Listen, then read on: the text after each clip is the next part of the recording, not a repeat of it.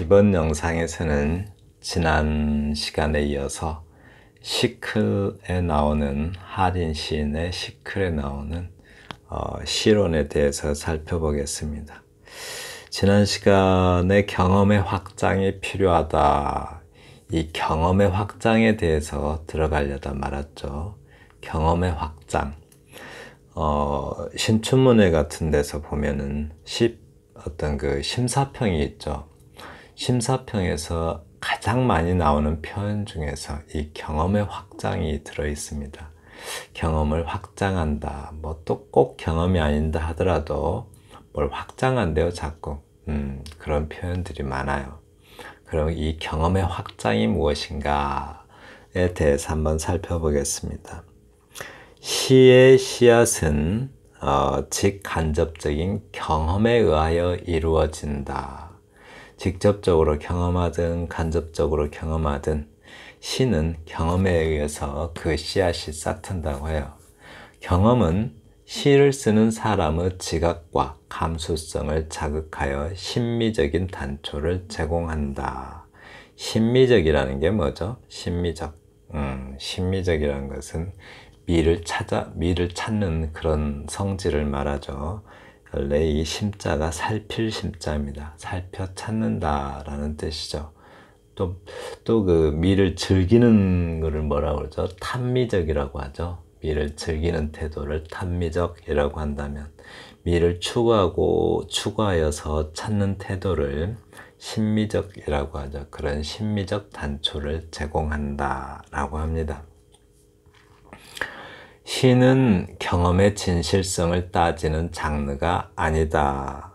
형상의 진정성을 묻는다. 이 시는 어떤 그 경험의 진실성, 진짜 있는 사건을 썼느냐 그걸 묻는 것이 아니고 시가 있는 것만 가지고 쓰면은 시의 소재가 바닥나겠죠. 시가 있는 것만 가지고 쓰는 건 아니고 형상의 진정성을 묻는다라고 하는데요. 그러니까 시로 직조했을 때 그것이 얼마나 진정성이 있는가. 그러니까 사실이냐를 따지는 게 아니라 사실이라고 느껴지게 쓴 것.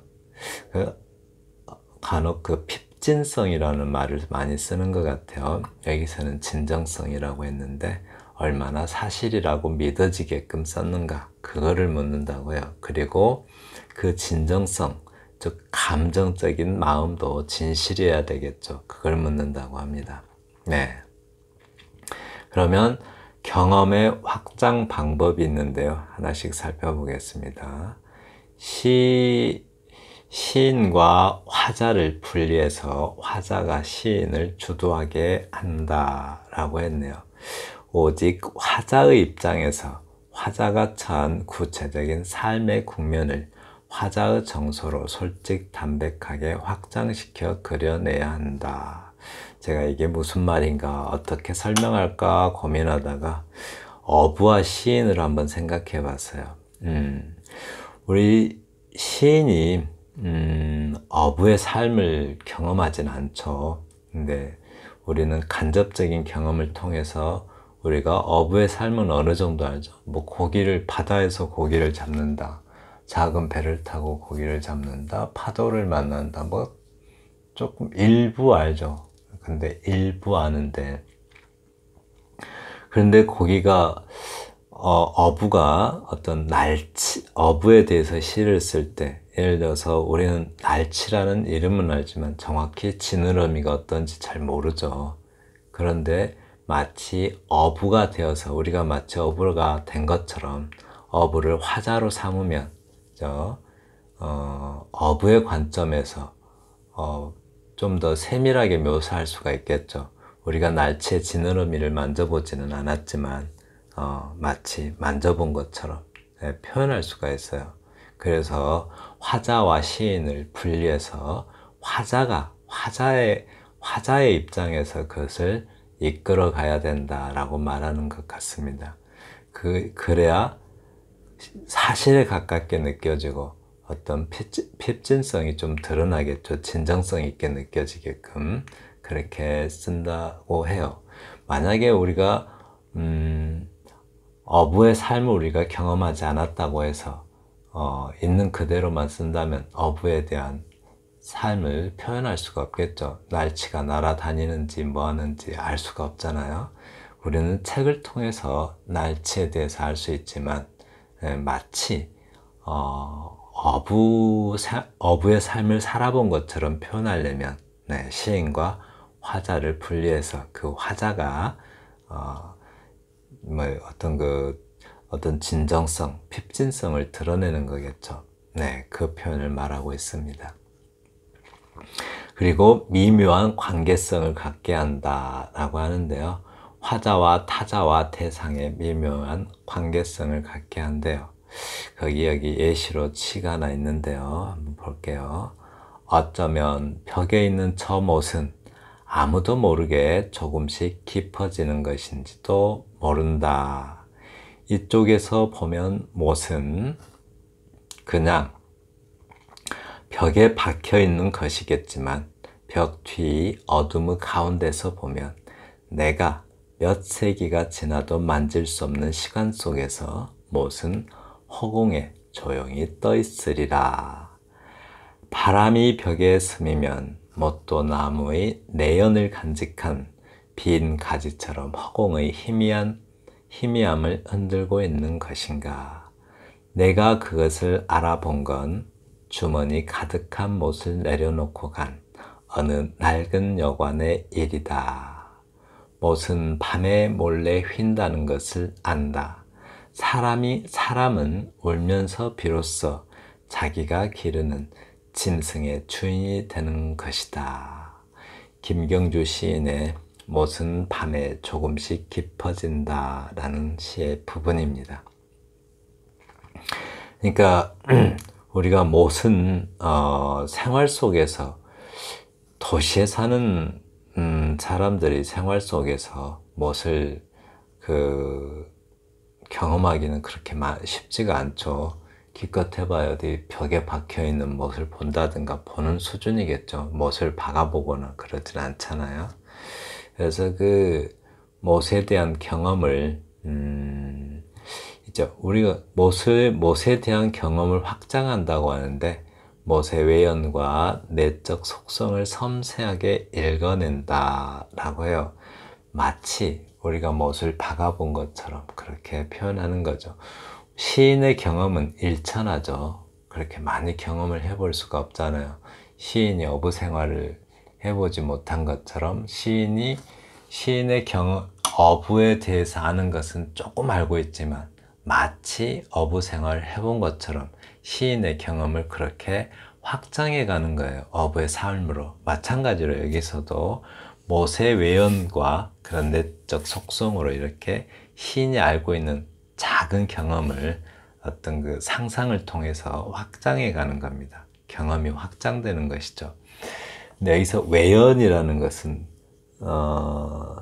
영어에서 말하는 denotation 외연이 아니고 외연은 바깥 외자에다 인연연자입니다. 그 주변 환경과 관련된 그 주변의 인연을 말하는 거죠. 바깥 세계, 그 주변의 인연, 이걸 말하는 거예요.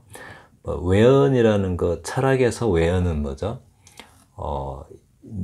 그 늘릴 연자를 쓰죠. 여기서는 인연 연자를 쓰는데, 철학에서는 늘릴 연자를 써서, 예를 들어서, 뭐랄까요, 철의 외연 이러면 금이나 아연 이런 것들이 다 포함되잖아요. 네, 그게 외연이에요.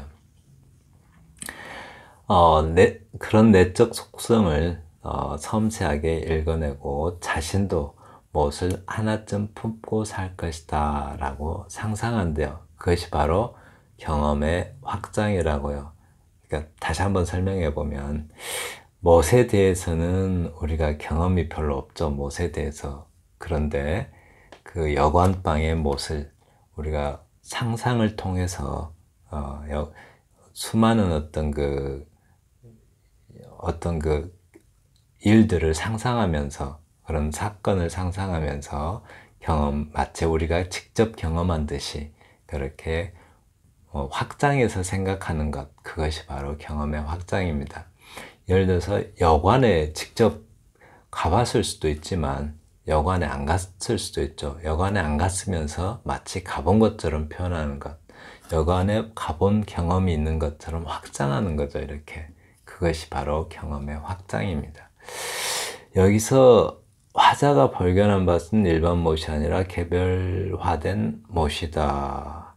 밤에 몰래 휘어지는 못은 단순한 사물이 아니라 내연을 간직한 특별한 존재다 라고 하고 있습니다. 내연. 여기서 내연은 철학에서 외연은 그 주변으로 확장된 어떤 비슷한 사물을 가리킨다면 그 외연에 내포라고 하죠. 내포. 근데 여기서 내연이라고 했어요.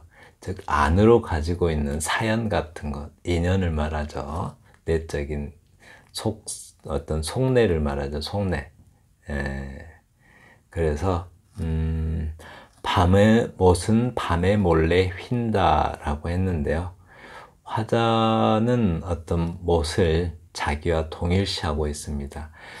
사실 못이 밤에 몰래 휜는 것이 아니라 사실은 자기가 평상시에 되게 뭐 강인한 것처럼 하지만 못처럼 반듯하고 뭔가 꿰뚫어 들어가는 그런 강한 존재인 것 같지만 밤이 되면 그런 아파하는 속성을 가지고 있다고 말하고 있습니다. 사실은 자기가 그러면서 그렇죠. 화자가 그러면서 마치 못이 그러한 것처럼 엉뚱한 데다 갖다 붙이고 있죠. 여기 주의라고 써놨죠. 화자의 위치와 태도, 화자가 철저히 상상으로 재구성된 경험 맥락 속, 시공간 속에 거주하면서 관찰하면서 사유해야 된다. 상상점 체험 맥락이다. 같은 말입니다, 사실은. 그러니까 화자는 철저하게 상상으로 경험을 확장해 가라는 거죠. 여관에 안 갔지만 마치 여관에 가본 것처럼 그렇게 속속들이 관찰하면서 정확히 알아야만 되겠죠. 그 여관의 어떤 풍경을 정확하게 상상할 수 있어야만 그 표현이 가능하겠죠. 네, 그런 것을 말한 겁니다. 극단까지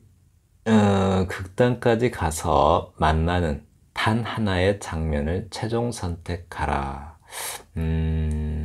글쎄요. 이 의견에는 조금 다른 의견도 있을 수 있을 것 같아요. 극단까지 가서 단 하나의 장면을 최종 선택한다는 것은 어떤 시의 집중도나 어떤 주제, 소재의 집중도를 살리는 면에서는 좋겠죠. 네.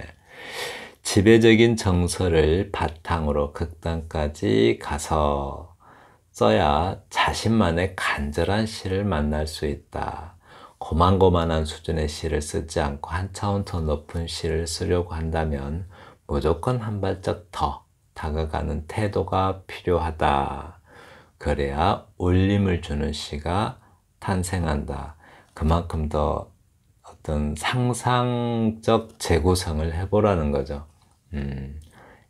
그러니까 독자가 그 시를 읽었을 때 정말 사실이다라고 믿게끔 느끼게 하는 그렇게 하기 위해서 시를 사실이다라고 느끼게 하기 위해서 상상을 통한 어떤 재구성, 바로 그것이 경험의 확장이죠. 네, 그렇게 하래요. 네, 또 시 하나 소개합니다. 이제 나는 남자와 자고 나서 홀로 걷는 새벽길, 여린 풀잎들 기울어지는 고개를 마주하고도 울지 않아요. 공원 바닥에 커피 우유, 그 모래빛, 눈물 흘리며 이게 나였으면 네, 하고 장난질도 안 쳐요. 더 이상 날아가는 초승달을 잡으려 손뼉을 내뻗지도, 걸어가는 꿈을 쫓아 신발끈을 묶지도, 오렌지 주스가 시큼하다고 비명을 지르지도 않아요. 나는 무럭무럭 늙느라. 추억은 추억은 칼과 같아 반짝하며 나를 찌르겠죠. 그러면 나는 흐르는 내 생리혈을 손에 묻혀 속살 구석구석 붉은 도장을 찍으며 혼자 놀래요 라고 표현했습니다. 앞으로 얼마나 많은, 네, 계속 이어집니다. 앞으로 얼마나 많은 새벽길들이 내 몸에 흘러와 머물지 모르죠.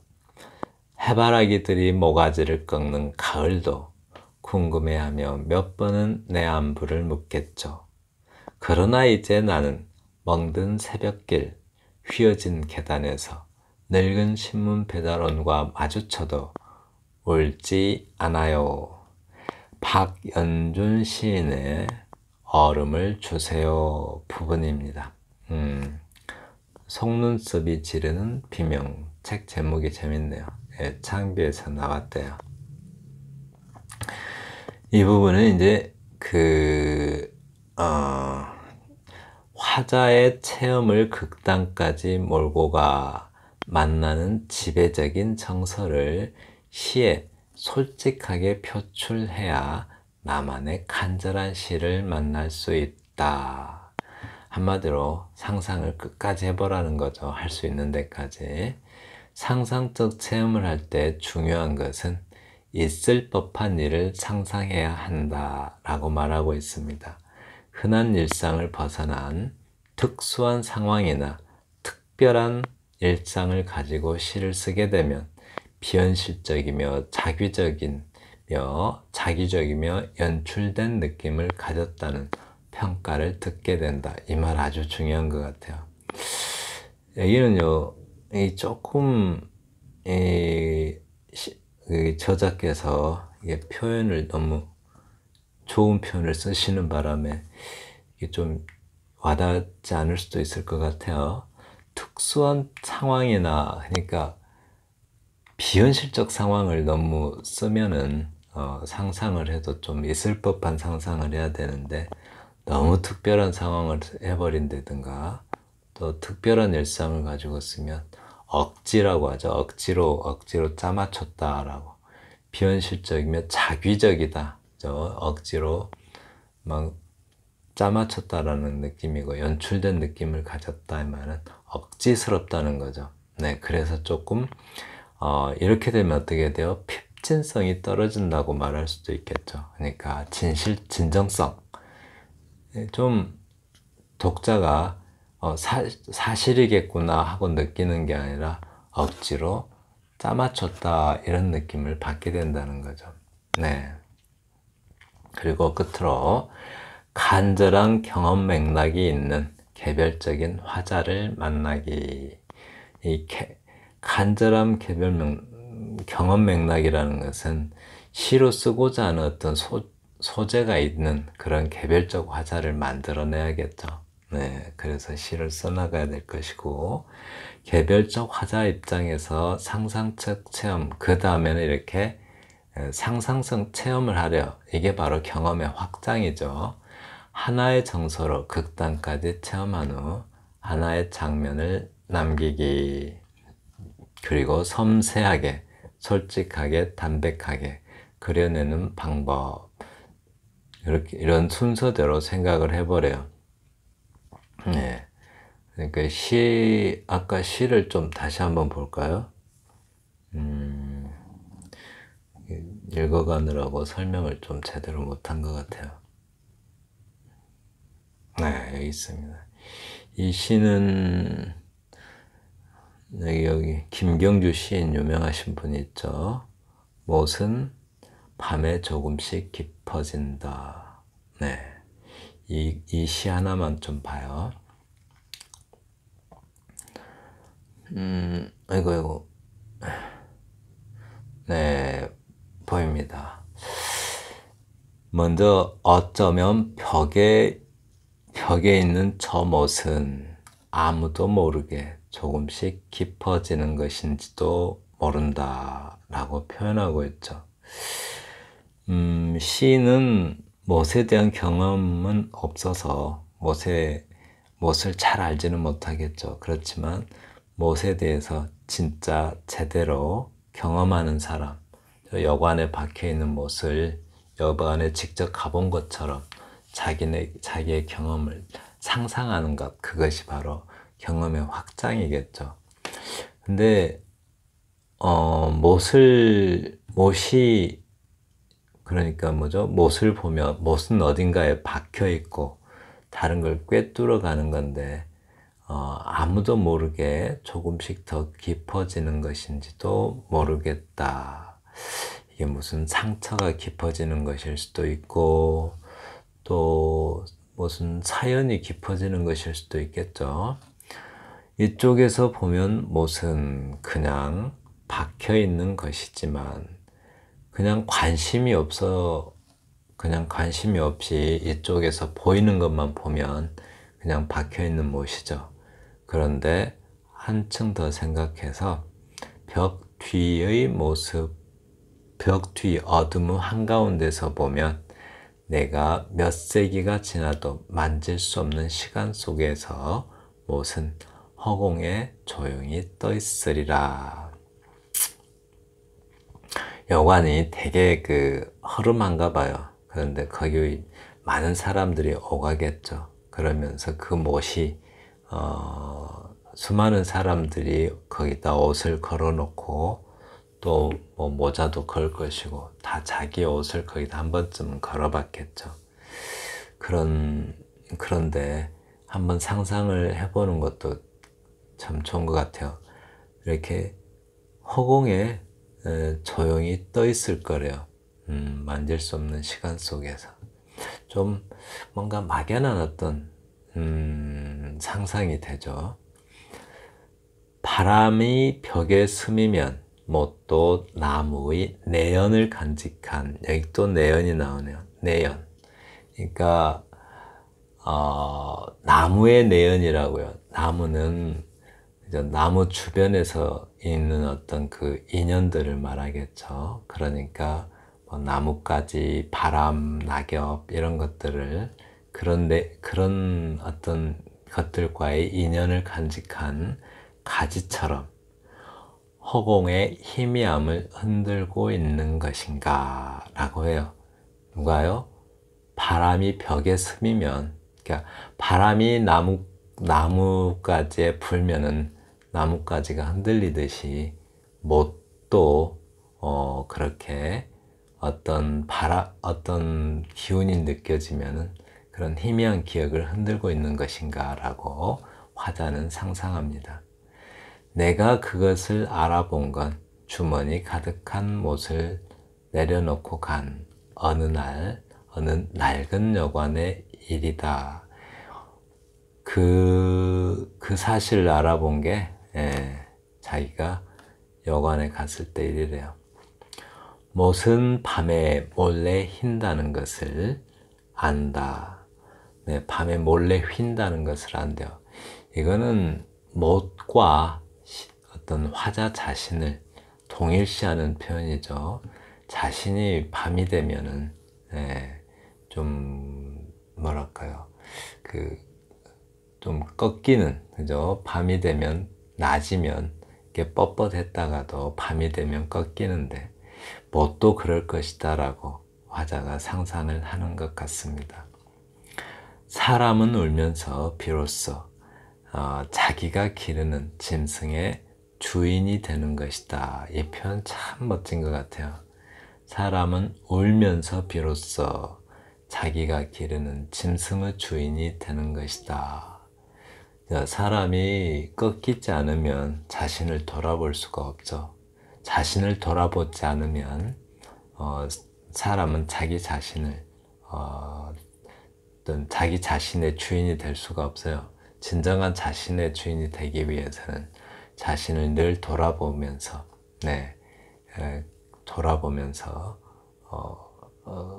돌아봐야 자신의 주인이 되는 것이다 라고 말합니다. 그와 마찬가지로 못도 밤에 그렇게 꺾이게 될 것이다. 그래서 못은 밤에 몰래 휜다는 것을 안다 라고 표현한 것 같습니다. 네, 지금까지 경험 확장에 대해서 제가 좀 간추린 것을 함께 나눠 봤습니다. 감사합니다. 다음 시간에는 시의 진정성은 어떻게 확보하는가, 그것에 대해서 제가 좀 해설을 해보겠습니다. 감사합니다.